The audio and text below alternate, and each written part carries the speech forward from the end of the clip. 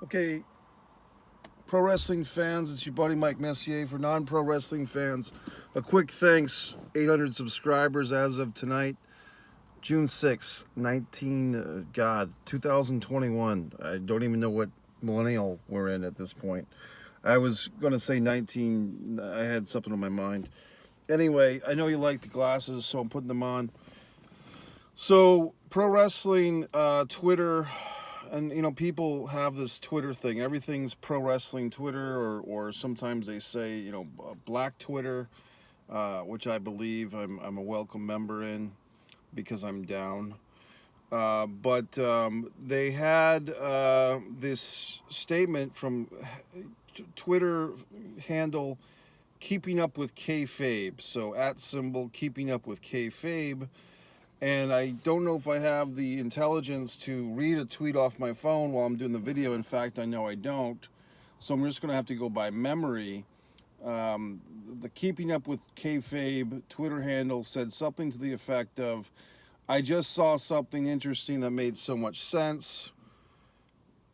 WWE fans who react so negatively when a former WWE talent goes to AEW, that AEW just signs old WWE guys that WWE no longer wants, or other shitty takes, must feel so bad to see their loss, meaning the loss of WWE talent to AEW. It must be hard for those fans to see other fans happy. So there's a few things we have to go with this tweet. First off, Keeping Up with Kayfabe did not, I'm trying to give credit to Keeping Up with Kayfabe, but they're not giving credit where they saw this take to the original take giver, unless I missed it in the thread, but I don't think I did. So whoever had this original thought or insight, credit to them if they somehow see this video, because I'll share it on Twitter with Keeping Up with Kayfabe, and maybe they'll cross-reference who the original statement came from. But if they were just scrolling through Facebook or Twitter world and this came across their attention, maybe they don't remember or know. So it could be the old-fashioned anonymous.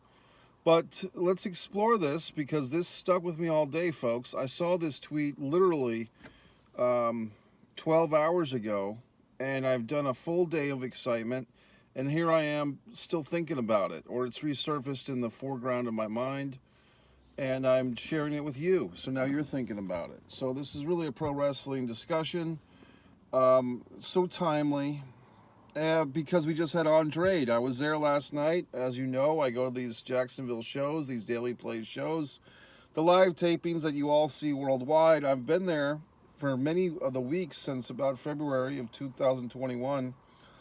And I think because Andrade was there, and so you see that people kind of come out of the woodworks on comments, whether it's on my video, which, as of now has gotten like 6,000 views. I appreciate all 6,000 of you if you stuck around. And I know a lot of people just come in, they do a dropping, they watch something, they leave, they don't subscribe. But for those of you that have stuck around, especially the hardcores, I thank you very much. But let's get back to this.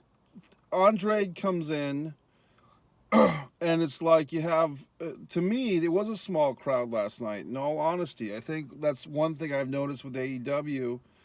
I even thought about somehow if I can get a hold of Tony Khan or somebody, presenting myself as a local marketer, because I'm getting the vibe that a lot of these bigger crowds for AEW are when people come from out of town. And twice now I've seen this phenomena where they had a big show, Blood and Guts, and now this show, the crowd was pretty big for both of them, and meaning Double or Nothing, and then the next week it drops off considerably. So I think what's happening is people are coming into Jacksonville specifically to see AEW, and then they leave. And so the flip side of that is the locals, like just the common people, the regular people in Jacksonville, Florida, are either A, not aware of AEW, or B, aware but don't care. And I think that's a shame. So that's a little sidebar, a little side tangent. If anyone out there happens to know how I can get a hold of Tony Khan for a teat-to-teat, because I do have some marketing ideas to strengthen those crowds. But of course, as you all know from being a subscribe to Mike Messier YouTube channel subscriber, I haven't had much luck with WWE or other situations in pro wrestling trying to get a steady employment with them. So I do my own fucking thing. Anyway, let's go back to this conversation. Here I am. Andrade comes in. The crowd, the small crowd that was there, but they were enthusiastic. It was a hot summer night. They're excited. And then you go to Twitter world or YouTube comment world or Facebook world with all the wrestling groups, and I don't really do a whole lot of Instagram. I do a tinge. It's just a mixed vibe. It's just like a lot of people are excited. You know, people are like, oh yeah, Andrade's going to be awesome. He's going to have great matches. Who can he wrestle? And then a lot of people are like, oh, that guy sucked. He'll never do anything. They won't know how to use him. He sucked everywhere, blah, blah, blah. So, like I said in my video before AEW even went on the air for week 1, you're either an AEW fan or you're an NXT fan at the time. And that idea has come to fruition. I mean, if you've ever seen a divide in the wrestling fan base, and there's peacemakers like my buddy Evan Ginsberg who says, why can't fans watch both? And my response respectfully to Evan is because we need conflict. You know, wrestling fans thrive on conflict. That's why we're here. We want to see confrontation. We want to see people fight. And if the wrestling shows aren't giving us confrontation, and if the wrestlers, no offense to any of them, across all the territories, with the exception maybe of these backyard guys, if they're still around from the early 2000s, they're not giving you conflict. You know, Bobby Lashley standing in the ring and having a 15-minute conversation with Drew McIntyre about how they're going to have a match, but not tearing into each other just at the mere sight of each other. You know what I mean? Like when you see all these segments where these wrestlers, even go back to WWE, Ronda Rousey and Becky Lynch, they're standing in the same ring talking about how they're going to beat each other up at WrestleMania in a few weeks. Well, why aren't they beating each other up now? You know what I mean? And yes, I know you can go back to Flair Steamboat Clash of Champions 5 and they're standing in the same ring. But eventually they started beating each other up, right?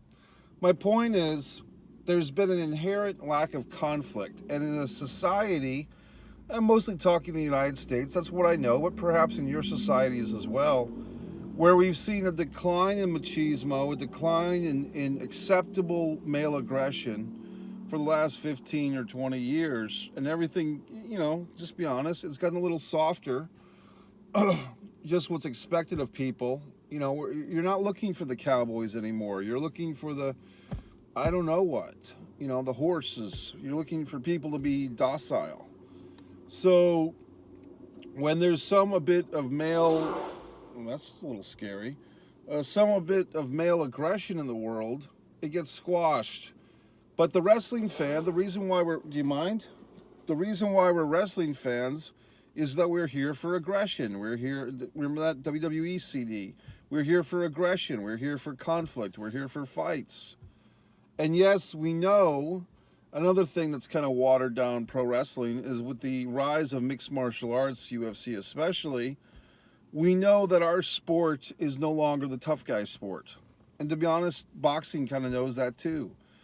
UFC and mixed martial arts, there was a time, believe it or not, when those things did not exist, at least not on a worldwide level and recognition.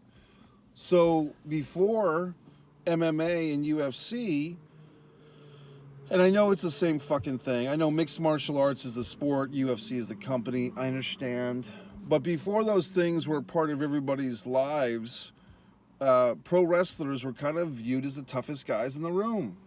And, you know, maybe with the exception of boxers, but a lot of people just thought of wrestlers as big, tough guys. And now we don't necessarily think of them as the toughest guys in the room. Because now, with Vince McMahon bending over backwards to accommodate the likes of Brock Lesnar, and Ronda Rousey, and who was the guy that beat Lesnar in UFC and then came in for one-off in WWE? Got a big money and then left. That guy, Cain Velasquez. We are being told as wrestling fans that, oh yeah, Lawrence Taylor is better than Bam Bam Bigelow. And Floyd Mayweather at 150 pounds can beat up the Big Show at 450 pounds. And we're just told over and over again that our wrestling heroes are castrated eunuchs who have no manhood.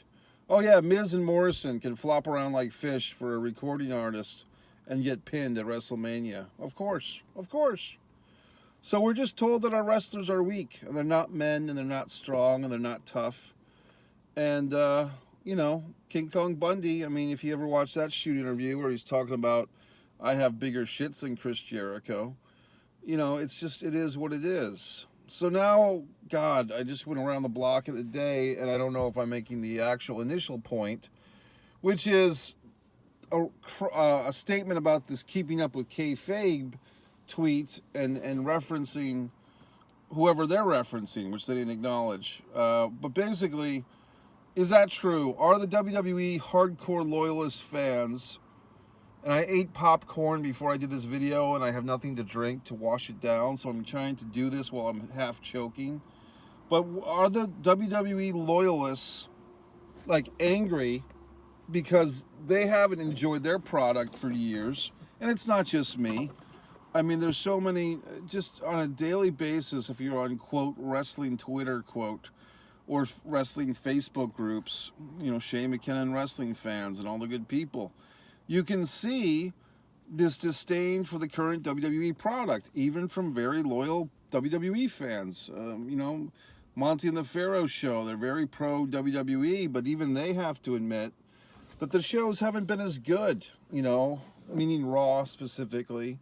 A lot of people do like SmackDown these days, I suppose, because they think it's a Roman Reigns, you know, fantasy fuck every week. But, you know, for me, that 2-hour late 90s Raw, and you got your thumb buzzing because you had Nitro going against it.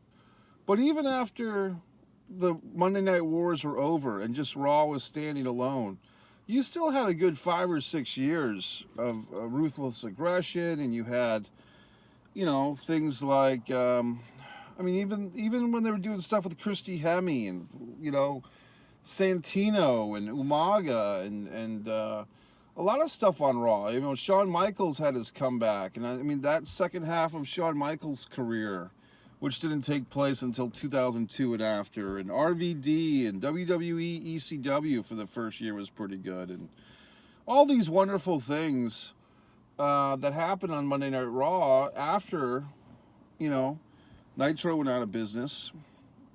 It's just hard for me to kind of, where did it all go? And I think that's the anger of the WWE long-term fans is, where did all that excitement go? Where did all that juice go? Where did all that fun go?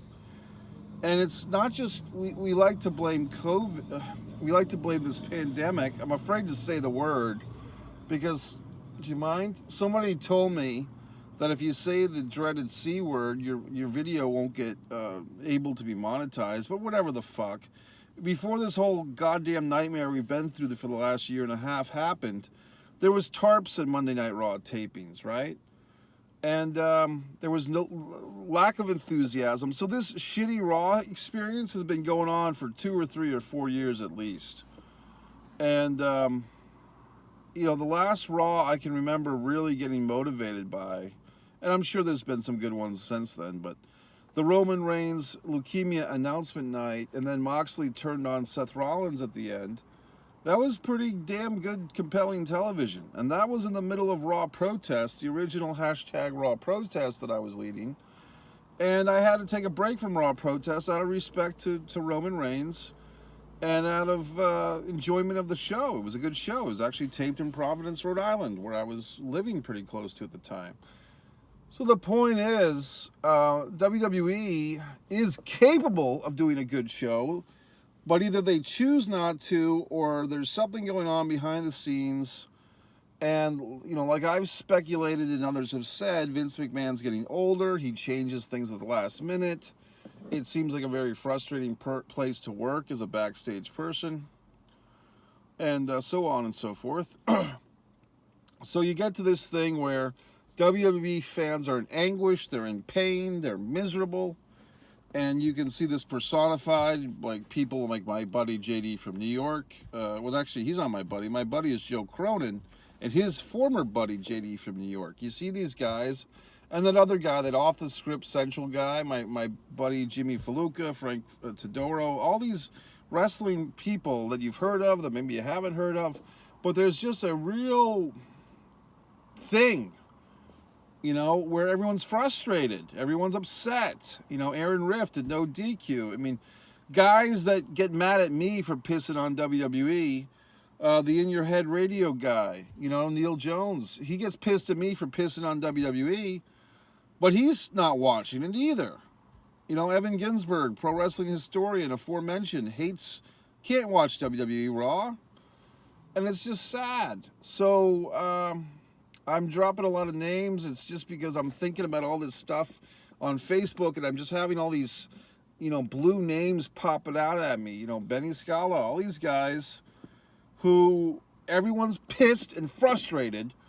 And I know that for me, you say, well, wrestling fans are never happy. But in the mid to late 90s or the late 90s, 97, 98, 99, people were kind of happy. Like, people were kind of into it. And if the same social media interaction prevalency that we have now was back then, I think you'd see pretty positive marks. Like, I don't think you wouldn't have seen, like, oh, people were pissing on the Rock and Sock segment last night. Or people were pissing on, oh my God, Goldberg beat Hogan. How could they do that? You wouldn't have seen that. I don't think. I could be wrong. So now you go back to the original fucking thought here. I'm trying. Is all this frustration and hate and contempt and disgust and sadness with the WWE product making these hardcore WWE loyalists, you know, resentful when AEW fans are happy? Great question. Great thought.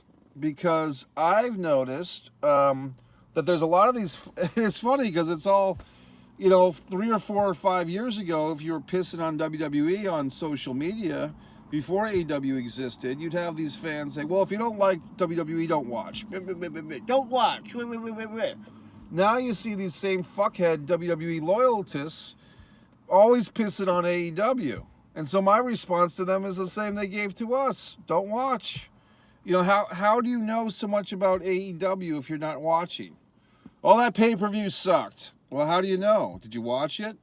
Because either you watched it and you think it sucked, or you're just going by other people's opinions that it sucked. I was in the fucking venue. I can tell you it didn't suck. I mean, someone commented, I put a little 1-minute video of me at the venue at Daly's place, and I said, this is what it looked like from the arena. And the guy, I think it was a guy, commented, must be fun to go to watch TV at a pay-per-view. And I don't know if he was being sarcastic or not. So, you know, I will not try to insult the guy because I don't know if he was. I always assume people are fucking sarcastic, to be honest with you, like, especially in wrestling. So if somebody says something that seems like it could be swarmy or sarcastic, I assume that it is. But maybe the guy was being legit, like just a nice statement, like, hey, must be fun to see the TV at a pay-per-view. Or it could be, must be fun to see the TV at a pay-per-view. So I didn't know, but I took the time to explain to him. Actually, it was fine, because we had just seen 4 hours of fucking live wrestling, and they changed it up and give us the fucking match on the TV. And it's kind of like, you know, we had just seen 4 hours of fucking matches. So yeah, watching a TV match is not a big deal. And then all of a sudden, you got fucking Jericho and fucking MJF fighting 30 yards from me in the balcony, and you got fucking Sammy, you know, running over Spears with the golf cart. So it's like, yeah, it was pretty fucking fun, to be honest with you. It was fine, because we saw 95% of the card live, and we watched 5% on the fucking TV, and they did the WrestleMania 12 Piper Goldust thing, where they start the match on TV and they finish it in live. So I was fine with it. But you can tell, and like I said, I don't know if that guy was being sarcastic or not. I kind of think he is, but I'm not sure. So if he's around, you can say hello, whatever the fuck. But I just, I don't know. I just, To me, it's like, I'm going to these goddamn AEW shows, I'm having a good fucking time, and I can speak on that it's made the quality of my life a little bit better to know that I have this live wrestling thing going on, that a lot of people in the world, are watching TV, and I'm there live. And yeah, I'm paying for the ticket. I'm not hitting up anybody for favors, or I'm not placating to anyone for a press pass, and I'm not trying to be something I'm not. I'm just going and being my own goddamn self and paying the fucking ticket price because I want to be there. So there you fucking have it. Now, do the fucking WWE loyalists, what do you got going for you? You're going to watch TV and watch Bobby Lashley and fucking Drew McIntyre perform in front of a bunch of TV monitors? Gee, that's fun. You're going to sit around on a Friday night and watch for Paul Heyman and Roman Reigns to call out Jey Uso and see if he washed the car the week before, or did he mow Roman's yard, or is, Roman gets to sit at the head of the table and eat his fucking butter and bread before everybody else? I'm sorry, this Roman Reigns infatuation for my buddies on Twitter there, it's getting to be a little, a little something there, folks. I'm sorry, but I'm not going to, genuflect on the fucking Roman Reigns and his head of the table routine. Let's put it this way. I've got nothing against Roman Reigns, and I'm happy that they made him a heel. But I'm not going to circulate my Friday night around watching him and Paul Heyman. It doesn't interest me that much. And I know, it's fine. It's like, okay, it's a good storyline. He's the champion. He's beating everybody. And he's got his cousins acting like his bitches. Fine. But it's not motivating me to give that show another chance. You know what I mean? They were pushing Otis a year ago, and then he became nothing. And they've got Miz and Morrison are supposedly the top heel act in the company, and they're losing to a 150-pound singer at WrestleMania. So I can't really take much of what WWE does seriously, more so than to watch the monthly pay-per-view, as I've, promised you fans, because I'm willing to make that sacrifice in order to keep the community abreast of my opinion. So there you go. I'm not going to circulate or evolve my life around Roman Reigns and what type of t-shirt is he wearing this week. It's not that much of interest to me. So there you go. If the guy really cared, wouldn't he have been at WrestleMania to wrestle Bill Goldberg, a year and 2 months ago? Yes, he was afraid of catching something. I get it. Blah, blah, blah. He has health issues. Sure. But, what can I tell you? The guy that actually showed up for that match, they fired this past week, Braun Strowman. You tell me. Tell me when I'm wrong. Just go ahead and tell me when I'm wrong. So are the WWE loyalist fans, to get back to Twitter guy keeping up with kayfabe and the anonymous thought provoker that he did not reference by name? Interesting strategy. I kind of think it's a great point. I think it's true. I think there's a lot of credence to that. WWE fans, misery loves company. We get it. You're from the Northeast, whatever the fuck. You grew up on the Hardy Boys and going to Hot Topic to get your Hardy Boys t-shirt, and you first masturbated to fucking Stacey Keebler's ass in WWE Raw magazine in 2003, or whatever the fuck, psyche issues you have that keeps you loyal to WWE. I'm from a different ilk. I grew up and I accepted and watched pretty much every wrestling promotion I could, and was really not very discriminatory, but I always thought, wow, this NWA stuff is so much better, than the WWE. It was just more to my liking. It was more realistically portrayed, the Crockett style of wrestling, Mid-South, world class, even AWA, which is a little slower. But it was always just a thing where, when for instance, going back to Bam Bam Bigelow, when he came over and wrestled Barry Windham at Starrcade 88, that was a big deal. That was a nice grab, because we had just lost Tully and Arn. So any fucking goddamned way. I know I'm overdue to do some more Mike's Wrestling Memories, because that's kind of the sweet spot for me. and perhaps for you, is not me pissing and moaning and conjecturing. Oh, we got all this Kevin Conn shit going on today, folks. Like, is Kevin Conn, how did he get all this power in WWE and why? I mean, is he some rich guy we just never heard of before? Is Kevin Conn the Elon Musk or the Steve Jobs of 2021? And suddenly he's just this rich guy that, oh my God, Kevin Conn, and whoa. I mean, we didn't hear about this guy till, what, a fucking month ago, and now he's got our fucking wrestling dicks in an uproar? I don't know. I wouldn't say I don't care. It's just, I'm resigned to the fact that the fate of the WWE is out of my control, and I don't lose fucking sleep over it. I know a couple of days ago, I did a video, don't get upset, don't get bummed over these WWE talent releases. Well, also, as an addition to that, not a caveat, but an addition, don't get bummed about the future of the WWE or the fate of it. If they sell to someone else, if they whatever the fuck, then they whatever the fuck. It's not for us to decide. We have our own lives, and I have to get back to my own life and doing my own things and getting away from that. And by the way, nice hat, Mike. So there you fucking have it, folks. I thought it was a great statement, keeping up with kayfabe. Next time, try to remember your sources for these wonderful insights. You always want to give credit to your sources.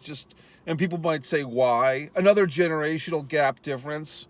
A friend of mine used to tell me, like, a guy that my editor, my old buddy Tim was my editor for a lot of my videos. Mike's Original Films, by the way. That's a playlist you should be watching. The Impeccable, Disregard the Vampire, etc. Blood Sugars Today's. Put 2 hours into that. Actually, 75 minutes. You'll enjoy your life. But for me, Tim would say, my generation, he said, I kind of hate my generation because we're all used to stealing stuff. And he was talking about computer things, like just, go to fucking the Reddit, or go to this, or go to that, or go to, was it Reddit or some other fucking forum that you could just go and fucking bootleg and steal? And all the fucking music. I never had a fucking iPod. I just listened to goddamn CDs like a man. And I'm telling you, folks, that the CD, I know some people, vinyl. I like CDs, okay? To me, that's the best type of music. Listening capabilities. Vinyl scratch is too easy, and you can't fucking walk around and put an LP in your car. Go ahead and try. I mean, I'm not going to sit there and listen to a fucking album at home. I'm sorry. I'm not in 1972. So the point is, just these iPods. I never had a fucking iPod. I didn't get it. You're supposed to sit there and download music? Who the fuck am I, Bill Gates? I'd rather just buy a fucking CD like a fucking man, look at that little box, look at that little square of cover art, and put the fucking CD in the player and listen to it. I don't want to sit there and download shit and fucking listen to song by song. It's stupid. Any fucking way. So there you have it. Happy goddamn 800 subscribers to me. And if you folks are here and you're upset by the swearing, I can't help you. And you're like, well, where's all the graphics? Where's all, look, here's the goddamn thing. And I don't want to be one of these fucks that talks about a YouTube person who talks about YouTube. But one thing I will want to say, just to get this off my fucking chest, for those of you that are on this roller coaster with me, I appreciate it. Woo! I feel my fucking YouTube videos should feel like just some asshole you're dealing with. Like some fuck. You know what I mean? Like, I'm not trying to put on a facade that I have some goddamn TV studio backing me. A friend of mine who will remain anonymous because I don't want to embarrass him, but he said, Mike, you should get a backdrop and you should get some edit. I'm like, dude, it's fucking YouTube. It should be flippant. It should be of the moment. It should be fun. I should not be trying to put on a fucking facade that I'm some goddamn TV network, because I'm not. You know what I mean? I'm not trying to scam you or con job you to make you think that I've got this powerful entity behind me. It's just me, okay? Any fucking way. Oh, it's the end of Saturday night. We got one more weekend. I guess the Logan Paul Mayweather thing's tomorrow. I'm pontificating seeing it. Mike Messier, subscribe to Mike Messier YouTube channel.